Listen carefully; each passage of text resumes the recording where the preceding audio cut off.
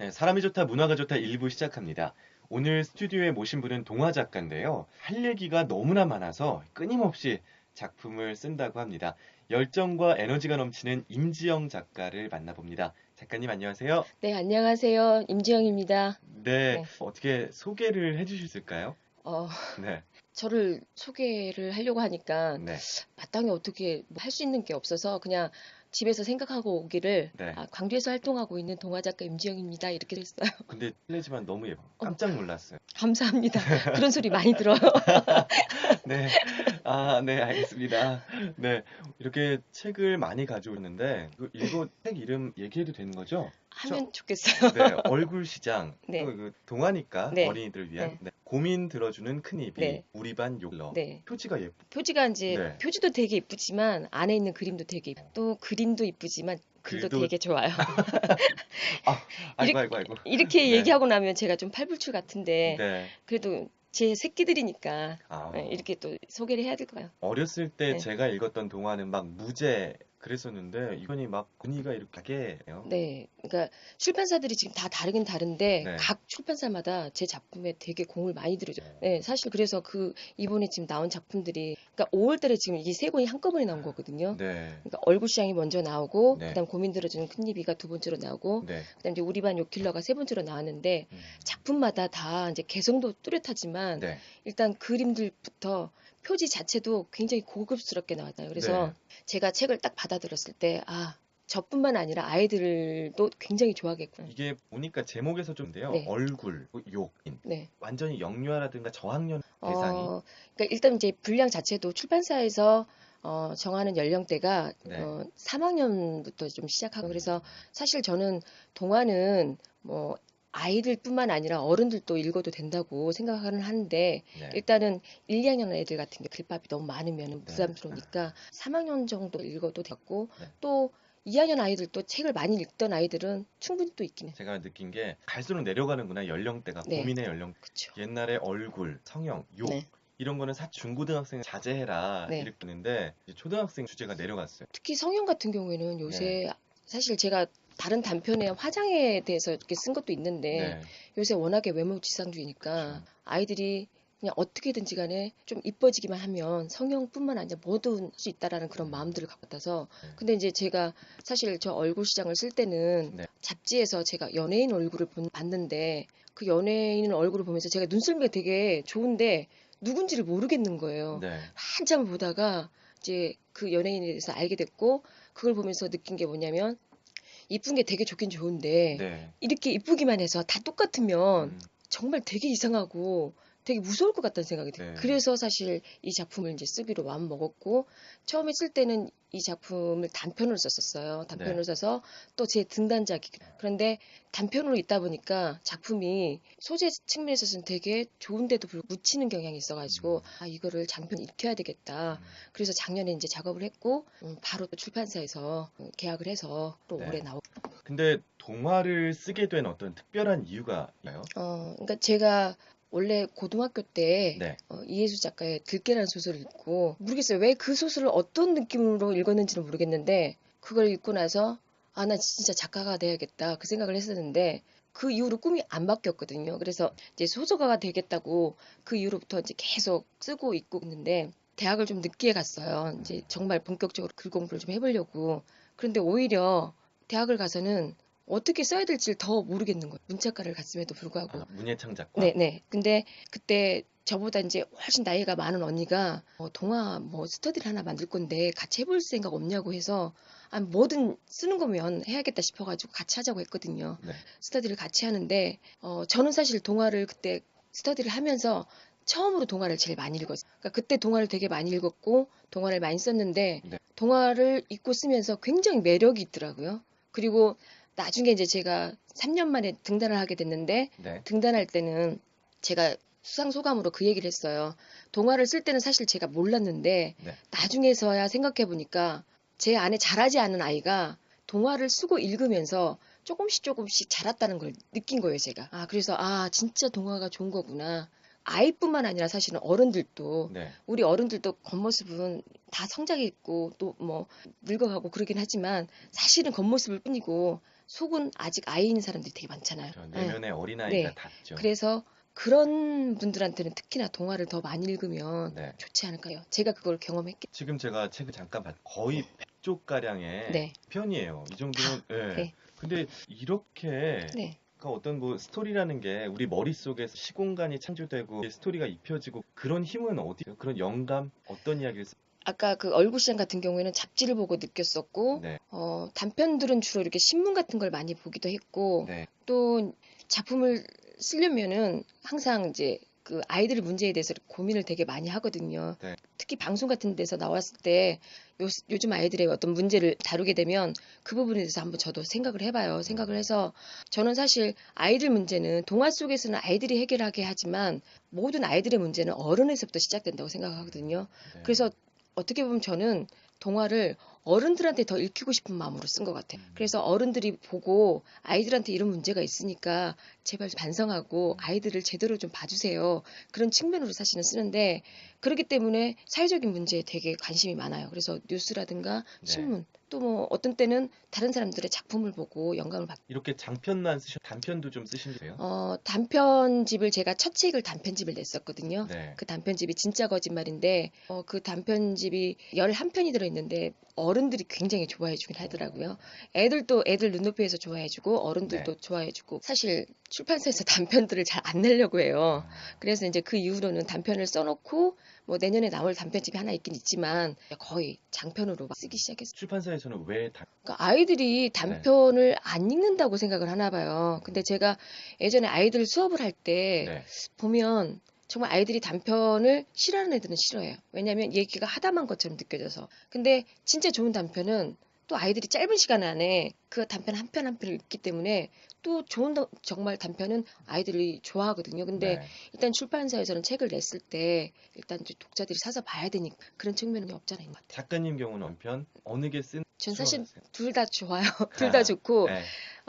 재밌게 쓰기는 단편이 더 훨씬 더 재밌는 것 같아요. 사실 단편이 쓰기는 어려운데 그러니까 저만의 어떤 훌륭 방식으로 쓰다 보니까 얘기 한 편이 딱 만들어졌을 때 그 묘한 쾌감이 느껴지거든요. 그리고 이제 장편 같은 경우에는 이제 일단은 어떻게 써야 될지 개요부터 짜기 때문에 개요를 짜놓고 그 개요에 맞춰서 그러니까 한 꼭지씩 한 꼭지씩 쓸 때 또 제가 의도한 대로 쓰가면 네. 되게 좋은데 꼭 그렇게 재밌게 쓰다가 마지막에 이제 한 두 꼭지 정도 났을 때 네. 이제 주제가 담겨졌는지 어쩌는지 이제 좀 혼자서 자기 검열하다 보니까 항상 좀 힘들거든요. 근데 또 마무리 짓고 나면 일단 초고는 끝내야 된다는 그러므로 쓰면서 딱 완성하고 나면 사실 진짜 그 쾌감 또 단편 못지않게 좋죠. 그렇군요. 네. 제가 이렇게 품을 또 많이 쓰시고 또 초대 인사에서 할 얘기가 많아서 끊임없이 쳤는데 네. 그 힘이 어디서 나오는 건지 알 것 같아요. 어디서 나와요? 사실 이렇게 이렇게 방송을 하신다고 남편분이 또 직접 찾아오시고 제가 네. 작가님을 좀 검색을 해봤어요. 네, 네. 그랬더니 그 블로그에 네. 남편분께서 블로그를 네. 하셨더라고요. 네. 결혼할 때 약속이 응. 영원한 너에 네, 네, 되어주겠다. 네. 그쵸? 네, 그 작가님, 결혼 서약서 네. 때문에 네. 사람들이 많이 눈물을 흘렸다는 그 후문을 들었는데 중요한 거는 저는 네. 그 결혼 서약서를 이제 인터넷에서 베꼈거든요. 근데 남편은 정말 네. 진심으로 네. 저한테 해주고 싶은 그 서약서를 썼어요. 근데 정말 그 서약서대로 지금까지 꾸준히 정말 네. 서포트를 해주고 이렇게 작품이 정말 많이 나오게 된 거는 솔직히 남편 덕이 진짜 크죠. 네. 1등 공신이에요. 그래서 제가 호칭을 김 매니저로 만들어져가지고 네. 요새 블로그 활동도 되게 많이 하고 네. 또 나름 제 작품 홍보도 되게 많이 해줘요. 네. 그래서 작품이 한두 권 나올 때는 이제 좀 덜 그랬는데 일단은 책을 내놨는데 안 팔리면 그것도 그렇잖아요. 네. 그리고 제가 가만히 보니까 동화 작가들 같은 경우에는 뭐 유명하고 무명하고가 아니라 그거는 별로 의미가 없는 것 같아요. 네. 근데 작품이 사람들한테 많이 알려졌느냐 안 네. 알려졌느냐. 근데 사람들이 책이 있어도 어떤 책이 있는지를 모르거든요. 그래서 네. 남편한테 그런 얘기를 했더니 자기가 그러면은 하면서 좀 더 이걸 많이 알리는 쪽으로 해보겠다. 그래서 이제 둘이 그랬죠. 그래, 우리가 동화를 해서 밥 벌어 먹어보자. 그렇게 얘기를 하고 그때부터는 좀 활발하게 계속 나오고. 근데 남편 전업이신가요? 오늘 휴가를 쓰시고 오셨나요? 아니, 그러니까 지금 네. 원래 남편이 네. 전도사예요. 예, 아, 전도사고 신학 쪽에. 예, 예. 그리고 아, 주중에는 사실 학습지 교사를 해요. 그러니까 어, 제가 일을 안 하는 대신에 남편이 네. 진짜 등골이 빠지게 일을 하는데 오늘 이제 네. 수업이 이제 오후에 있으니까 네. 원래는 좀 일찍 나가는데 오늘은 너가 어떻게 하는지 내가 지켜보겠어 하는 마음으로 지금 따라 나왔어요. 그래도 요번에 이렇게 책이 반응이 고 네, 각종 서점에서 베스트셀러 그쪽 코너에 또 네. 하니까 남편분의 저런 사랑에 좀 보답할 수 있는 생기지 않을까요? 그러게요. 정말 그게 요새 네. 주변에서 건물을 지어줘라. 네. 예, 제가 사실은 목표가 남편 셔터맨 시켜주는 와. 건데 네. 가만히 생각해보니까 셔터맨을 시키려면 건물이 좀 있어야 될 것 같더라고요. 근데 과연 그 건물이 언제 생길지는 모르겠지만 네. 동화 써서 네. 건물을 지을 수 있다면 그거만큼 또 대단한 일도 없을 것 같아요. 아, 사실은. 아내분의 목소리를 네. 듣겠다고 여기 녹음기를 또 놓고 가셨어요. 예, 스튜디오 안에다가. 주책이 바가지죠. 저희가 이게 듣기가 안 되거든요. 노래 네. 저작권 때문에. 어쨌든 아, 녹음기를 두고. 저는 다시 듣기가 안 돼서 너무 좋았는데. 네, 음, 알겠습니다. 어떤 이야기를 쓸 때 우리 작가님 그냥 이렇게 신문 보고 네. 이 이야기를 가져가야겠. 그런 꼭지 생각이 그냥. 수월하다기보다는 특히 욕 같은 경우에는 네, 제가 사실은 그때 어느 회의 장소인데 네, 그때 욕에 관련된 얘기가 좀 되게 많이 나왔어요. 네, 그래서 욕에 관련된 동화가 좀 또 몇 편 더 나와 있기도 한데 네, 사실 다른 문학 장르도 마찬가지지만 네, 동화도 기존에 나와 있는 작품이 있으면 네. 사실 그 작품보다 더 뛰어나지 않을 때는 음, 주목을 못 받잖아요. 그래서 그쵸. 소재를 생각할 때도 그런 부분을 생각하는데 욕 부분에 대해서는 요새 네, 아이들이 너무 욕이 심해서 그 부분을 제가 조금 잠깐 고민을 하다가 욕을 좀 팔아보는 건 어떨까 하는 좀 했었어요. 그래서 욕을 팔면 네. 아이들이 돈이 없으니까 아, 욕을 좀 덜 쓰지 않을까. 그래서 어, 그런 생각을 막 하고 집에를 왔다가 남편한테 제가 얘기를 했죠. 네. 나 욕만 좀 안 해서 요런 동화를 한번 써볼 건데 어때? 그랬더니 그거 괜찮은데? 이제 그 얘기를 하는 뭐, 거예요. 안 괜찮다고 얘기한 적이요? 있어요. 아, 그래요? 있는데 그럴 때마다 힘 빠져서 제가 아, 네. 안 쓰죠. 아, 네. 그래도 또 냉정하신 분이군요. 그런 데 굉장히 있어서. 냉정하고 제가 네, 작품을 쓸 때 사실 도움이 많이 되는 게 네네. 모든 초고는 남편이 보거든요. 우와. 네, 초고를 보고 네, 이러쿵저러쿵 얘기를 해줘요. 이거는 뭐 이래서 뭐 그렇고 저건 뭐 그렇고 그럼 저는 일단은 저는 작가고 남편은 작가가 아니잖아요. 근데 네네. 감히 작가한테 지적질을 해? 하는 생각으로 기분이 네, 나빠서 제가 네, 알았어 그럼 이 작품 버리란 말이구만 이러거든요. 제가 그러면 왜 꼭 네. 그렇게 받아들이냐고 그래서 어, 아니 그러니까 뭐 어쩌다고 그렇게 안 쓰면 되잖아 이렇게 해놨다가 네. 곰곰이 생각해보면 남편 말이 진짜 맞아요. 어, 예, 그래서 이렇게 고치면 되게 괜찮겠구나. 음, 그러면 또 이제 고쳐요. 어. 고쳐놓고 다시 봐줘봐 그러거든요. 네, 알겠습니다. 그 천생연분 이야기는 여기까지만 듣고요. 다시 작품 얘기로 돌아가 보겠습니다. 네, 네, 괴롭네요, 들으기. 네, 그 글 쓰는 일을 네, 전업으로 하기 2008년에 등단하셨다고요. 네네. 그럼 그 전에는 어떤 일이요? 그때도 네, 그냥 아이들 가르치는 일 좀 네, 많이 했고 네. 유치원에서도 있었고 어, 사실 뭐 내일신문에서 잠깐 글도 좀 쓰기도 하고 네, 그랬었거든요. 그러니까 주로 제가 한 일은 네, 아이들 이제 지도하는 일이 좀 주로 많고요. 등단하고 나서도 사실은 독서 지도를 네, 네 거기 독서 지도를 하게 된 거는 어떻게 보면 이제 아이들 책을 계속 읽으면서 네, 아이들을 가르치면서 아이들 눈높이에 맞춰서 생각을 할 수 있기 때문에 네, 저한테는 되게 좋을 것 같더라고요. 그래서 그때 사실은 되게 네, 열심히 글도 썼고 네. 아이들 가르치는 일 최선을 아무래도 어려움이 있죠. 최근에 네, 어떤 베스트셀러 작가 최영미 씨 네, 생활 보조 네, 계시다고 네, 또 많은 분들이 아파요. 네, 뭐 이번 책이 나와서 이제 반응이 네. 좀. 그러니까 작년에 계약 많이 하고 네, 이제 올해 이렇게 책이 나오면서 네, 사실 그럼에도 불구하고 그냥 일반 월급 생활자보다는 훨씬 음, 못하는데 이제 작가들은 어쨌든 이제 책이 나왔을 때 이 책이 많이 팔려야 네. 일단 인세가 들어오는 거니까 또 다음 작 준비하는 네, 시되고요. 그렇죠. 네, 근데 만약에 그렇지 않으면 사실 네, 작품 쓰는데도 되게 힘들고 그러는데, 네, 그러니까 이렇게 책이 나오기 이전까지는 사실 1년에 한 권씩 정도 나왔거든요. 그러니까 첫 네, 책이 등단하고 나서 한 4년 만에 나왔기 때문에 그 4년 동안은 제가 얼마나 힘들었겠어요. 작품 쓰면서 또 생계를 위해서 또 돈을 일도 하시고. 이제 뭐 일도 해야 되는데 음, 이제 그러다 보면 어떻게 되냐면 네, 글은 정말 열심히 더 쓰고 싶은데 네, 일단은 수업을 만약에 준비해야 되면 글을 쓰려고 하다가도 수업 먼저 준비하고 그럼 그 타이밍을 놓치는 거예요. 그러면 또 쓰고 싶었던 것들을 못 쓰고 또 넘어가 보는 경우도 그 있고. 감이 안 네. 오니까요. 네, 그래서 아무리 메모를 해놔도 네, 그 막 쓰고 싶었던 그런 마음들이 아, 이제 없어지면서 되게 힘들었어요. 음, 그런들이. 그러니까 사실 전업하면은 네, 동화 같은 경우에는 그래도 열심히 하면 뭐 1년에 네. 몇 권 나올 수 있다지만 소설 같은 경우 2권, 3권 나온다고 하더라도 그게 많이 팔리지 않는 이상은 전업으로 네. 살기에는 시도 마찬가지고. 그래서 네. 처음에 그 최영미 시인 얘기를 들었을 때, 네. 나처럼 이름 없는 작가나 이름이 꽤 많이 알려진 작가나 참 작가로서 살기는 너무나 힘들구나.